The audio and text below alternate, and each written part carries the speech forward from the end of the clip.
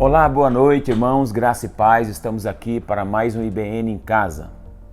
Nós vamos fazer uma oração e eu espero que você esteja compartilhando também o link.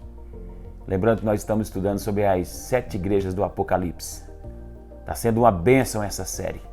Deus abençoe sua vida, sua família. Pai querido, Tu és o Senhor da igreja, Tu és o Deus onipotente, onisciente, onipresente. Tu és o nosso Deus que tem cuidado do seu povo nessa situação, nessa igreja, aqui conosco na igreja local, e tem cuidado de cada família em especial. Seja conosco agora nessa palavra, nesse culto do lar. Eu espero que todas as casas, todos os lares sejam completamente cheios da glória de Deus e da presença do seu Espírito. É a oração que faço, agradecido em nome de Jesus. Amém. Compartilhe o link, vamos a um período de adoração na presença de Deus, não se distraia. Fique conosco, logo voltaremos com a palavra, amém? Deus abençoe.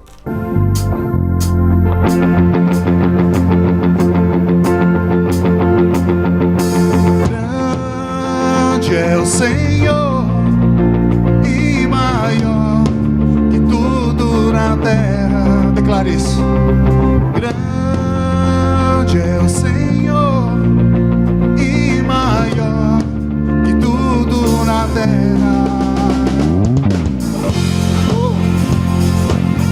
Vem, Espírito Santo. Ah, Deus, vem com a tua presença, Pai. Maravilhoso.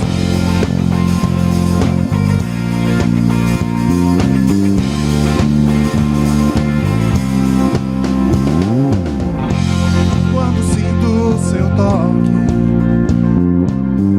tudo em mim estremece. Quando sinto o seu toque, meu coração desfalece. Quando sinto o seu toque, o medo desaparece. E quando eu sinto o seu toque, uma chama acende em mim. Eu volto a queimar, queimar. Eu volto a queimar, queimar. Eu volto a queimar por ti. Eu volto a queimar, queimar. Eu volto a queimar, queimar. Eu volto a queimar por ti. Há um fogo em seus olhos, maior que a religiosidade. Há um fogo em seus olhos, maior que a incredulidade. Há um fogo em seus olhos, maior que todo meu pecado. E quando eu olho em seus olhos, uma chama acende em mim. Oh, eu volto a queimar, queimar.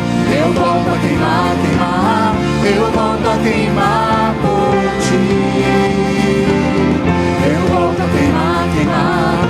Eu volto a queimar, queimar. Eu volto a queimar por ti. Eu volto a queimar, queimar. Eu volto a queimar, queimar. Eu volto a queimar por ti. Eu volto a queimar, queimar. Eu volto a queimar, queimar. Eu volto a queimar por ti.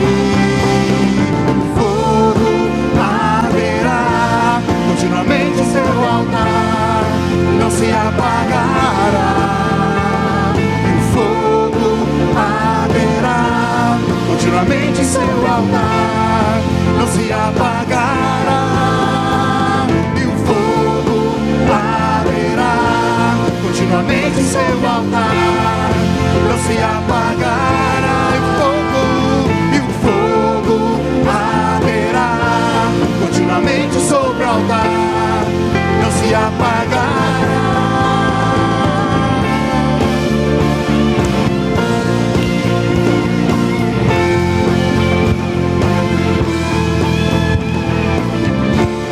Derrama teu fogo, Espírito Santo. Vem com a tua presença, Pai.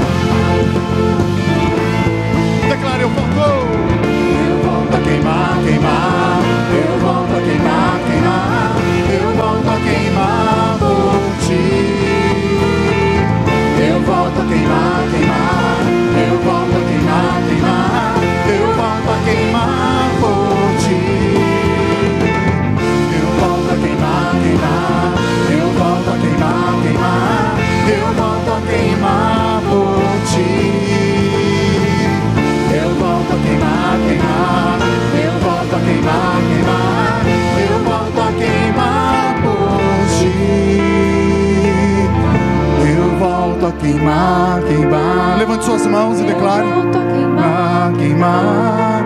Eu volto a queimar por ti. Nós estamos aqui para adorar a Deus, adorar ao Rei dos Reis e Senhor dos Senhores. Não perca este momento por nada, amados. Eu volto a queimar por ti. Eu volto a queimar por ti, Jesus. Eu volto a queimar, queimar. Eu volto a queimar, queimar. Eu volto a queimar por ti. Eu volto a queimar, queimar. Eu volto a queimar, queimar. Eu volto a queimar por ti. Aplauda o Senhor com uma alegria. Glória a Deus.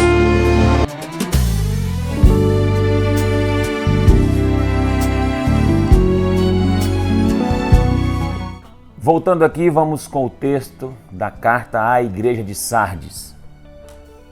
Apocalipse capítulo 3, verso de número 1, diz assim: ao anjo da igreja em Sardes escreve estas coisas, diz aquele que tem os 7 Espíritos de Deus e as 7 estrelas. Conheço as tuas obras, que tens nome de que vives, mas está morto. Sê vigilante, consolida o resto que estava para morrer, porque não tenho achado íntegras as tuas obras na presença do meu Deus. Lembra-te, pois, do que tens recebido e ouvido, guarda-o e arrepende-te. Porquanto, se não vigiares, virei como ladrão, e não conhecerás de modo algum em que hora virei contra ti. Tens, contudo, em Sardes, umas poucas pessoas que não contaminaram suas vestiduras, e andarão de branco junto comigo, pois são dignas. Ao vencedor será assim, vestido de vestiduras brancas, e de modo nenhum apagarei o seu nome do livro da vida. Pelo contrário, confessarei o seu nome diante de meu Pai e diante dos seus anjos. Quem tem ouvidos, ouça o que o Espírito diz às igrejas. A igreja de Jesus é a noiva. Ela é conhecida na palavra de Deus como a noiva do Cordeiro. E vamos pensar um pouquinho, se você fosse, ou se você tivesse a oportunidade de escolher uma pessoa para casar, principalmente as pessoas que ainda vão casar. Quando a pessoa se propõe a isso, quais são as características de uma noiva, de uma pessoa que você escolheria para passar o restante da sua vida? Quais seriam as características? Beleza, inteligência, sinceridade, amor, carinho. A igreja é a noiva de Jesus. E o que será que Cristo tem a dizer a respeito da sua noiva? Que noiva é essa que Cristo vai escolher ou que Cristo quer para desfrutar dessa igreja durante toda a eternidade? Então a gente precisa pensar um pouco sobre a igreja de Sardes, como a noiva de Jesus aqui, nessa perspectiva. E Sardes, a cidade de Sardes, né, a região onde a igreja estava colocada, ela tinha sido a capital do reino da Lídia. Só algumas curiosidades aqui em relação ao histórico de lá. Encontrava diversas estradas romanas grandes. Era um importante centro industrial de produtos de lã e tinturaria. Celebrava lá um culto à deusa Cibele e o culto também ao imperador. A cidade era conhecida por sua maneira luxuosa e dissoluta de viver. A carta não diz nada sobre hostilidade dos judeus e nem perseguição pública, ou ensino herético, mas a gente vê no relato bíblico que o problema principal da igreja, era uma profunda apatia espiritual. Jesus se apresenta nessa carta como os 7 Espíritos de Deus. Os 7 Espíritos de Deus, fazendo uma alusão à plenitude do Espírito de Deus. Então, quem se apresenta aqui é os 7 Espíritos de Deus e as 7 estrelas. Então, Deus busca igreja segundo o seu coração. Deus busca gente, a sua igreja, para viver de forma espiritual, fervorosa na presença de Deus. E nós vamos analisar algumas coisas sobre Sardes e perceber que o texto começa dizendo assim: conheço tuas obras, tens nome de que vives, mas está morto. E esse primeiro detalhe tem a ver com performance. A igreja apresentava algo que ela não vivia. A igreja parecia ser uma coisa e não era. Tinha nome de que vive, mas estava morta. Este é o quadro do cristianismo nominal. Isso é uma espécie de cristianismo nominal. Próspero externamente, ocupado com coisas externas da atividade religiosa, mas sem vida e sem poder espiritual. Nós precisamos entender que a Bíblia diz assim: conheçamos e prossigamos em conhecer o Senhor. A história lá em 1 Samuel, no capítulo 15, no verso de número 22, você vai ver na escolha de Davi para rei. Quando o profeta vai na casa de Jessé escolher um dos filhos de Jessé, todos eles passam, e todos eles eram homens fortes de guerra, e todos que passavam, Samuel pensava que seria aquele. No entanto, Deus escolheu o menor, e Deus diz para Samuel no verso 22, eu não olho como homem, eu vejo o coração, não vejo a aparência, Samuel. Então Deus mandou trazer Davi do campo, um menino simples, um menino franzino, em comparação aos outros irmãos, porque Deus sonda o coração. Deus está preocupado tanto com o estereótipo, Deus não está preocupado tanto com a nossa forma externa, com a nossa aparência, com aquilo que a gente apresenta, com o espectro. Nós precisamos ter vida e vida por dentro, vida espiritual, apresentar não apenas performance, mas apresentar vida no Espírito. Isso é o primeiro detalhe da igreja de Sardes. É a igreja que Deus está procurando, é a igreja que é a noiva que Cristo anseia. Também um segundo detalhe é que essa igreja deve ser vigilante. O texto está dizendo no verso de número 2, ser vigilante. Consolida o resto que estava para morrer. Essa advertência aqui implica também em que a igreja não estava totalmente sem esperança. Ainda não era tarde para acordar da letargia, da apatia espiritual. Ainda havia um restinho de vida. Eu creio, irmãos, que Deus está nos despertando nesse tempo para lembrar o que ainda temos. Para lembrar que ainda há uma chance, ainda há uma esperança. Há ainda uma fagulha, uma faísca que pode ser acesa a qualquer momento para vivermos um avivamento ou um reavivamento espiritual nesse último tempo da igreja na terra. Então o exercício da vigilância aqui, tudo indica que Jesus está falando para a igreja em relação à segunda vinda. Tudo indica que essa vigilância é em relação à segunda vinda. Se prepara, consolida o resto que estava para morrer, porque não tenho achado íntegras as tuas obras na presença do meu Deus.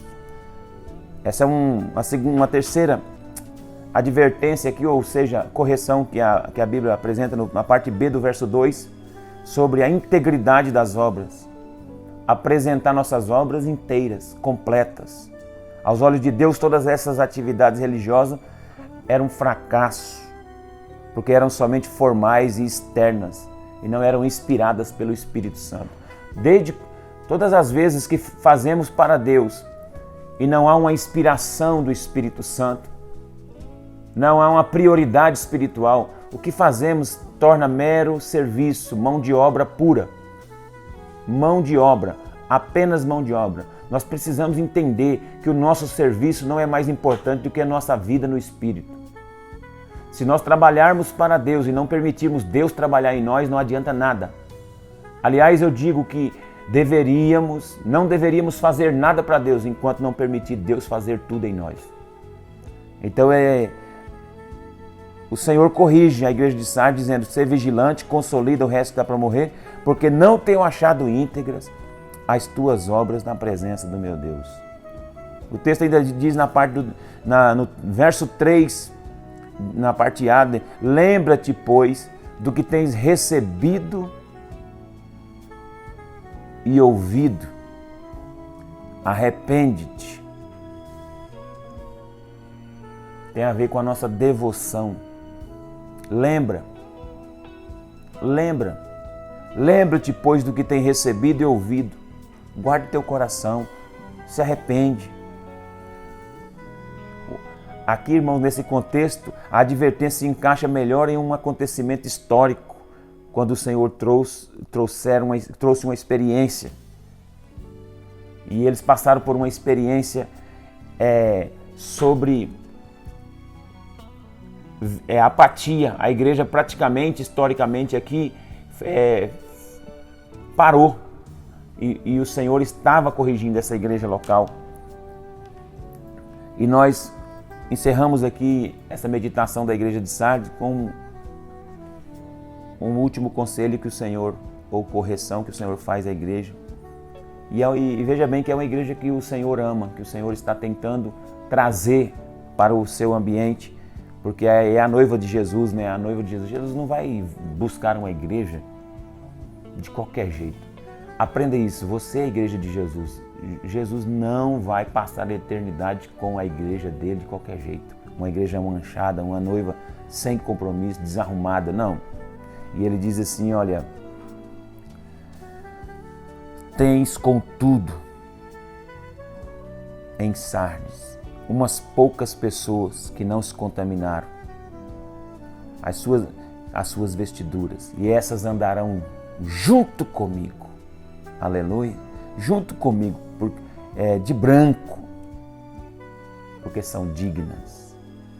Aqui fala de manter essa santidade. Teve gente aqui em Sardes que manteve a santidade, a santificação, a separação, a consagração, mesmo em meio ao mundo completamente corrupto, mesmo em meio a crentes ali que havia em Sardes, apáticos, frios espiritualmente, fazendo obra de forma relaxada, obras incompletas, não íntegras. Houve pessoas ali que o Senhor fala na palavra aqui, que não se contaminaram, que as suas vestes eram brancas. E hoje, irmãos, como igreja, nós precisamos pensar, está muito fácil contaminar as nossas vestes. Está muito fácil sujar as vestes espirituais. Tome cuidado. A Bíblia diz em Eclesiastes 9:8, em todo tempo sejam alvas as tuas vestes, e jamais falte o óleo sobre a tua cabeça. Vale a pena ser fiel. Vale a pena esperar. Vale a pena. Aí tem promessa para o vencedor no verso 5. Para quem separa, para quem santifica, tem promessa.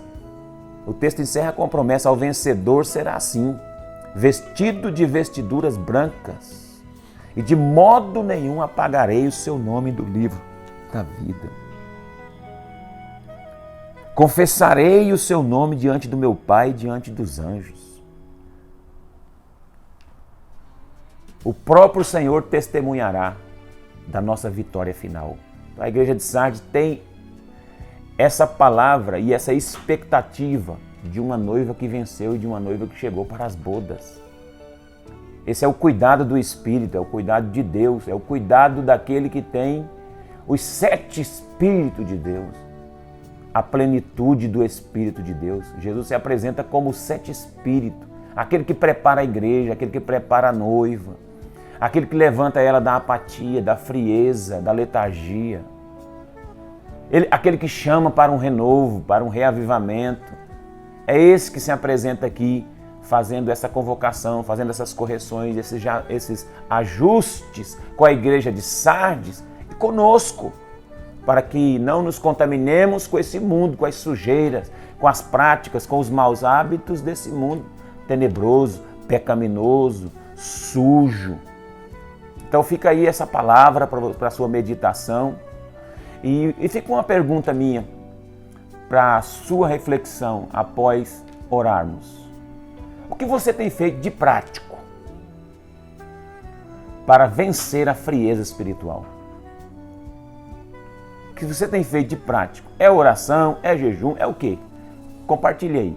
Se não, comece urgentemente a fazer algo para remover esse peso, essa casca de frieza espiritual, e para que você viva uma nova estação cheia do fogo do Espírito, sendo uma noiva adornada, uma noiva preparada pelos 7 Espíritos de Deus, pela plenitude de Deus, para aguardar o noivo em esperança e em alegria. Amém? Deus abençoe a todos. Vamos fazer uma oração final aqui e depois vocês podem compartilhar essa reflexão aí. Pai, mais uma vez eu te louvo. Eu te agradeço porque o Senhor é bom e a sua benignidade dura para sempre. Essa casa, esse irmão, essa igreja reunida aí nos lares através da tela, temos esse contato semanal todas as terças e sabemos que algo está acontecendo. Sabemos que alguma casa dessa está sendo edificada, alguma pessoa está sendo santificada. E nós não trabalhamos por resultado, nós trabalhamos por princípios, por fundamentos. Nós cremos que quem faz a obra é a palavra através do seu Espírito Santo. Nós somos apenas um cano ou um canal por onde passa essa palavra, um vaso de barro onde tem um tesouro dentro. Nossa expectativa não é em fazer, é ser a noiva que agrada o coração do Cristo.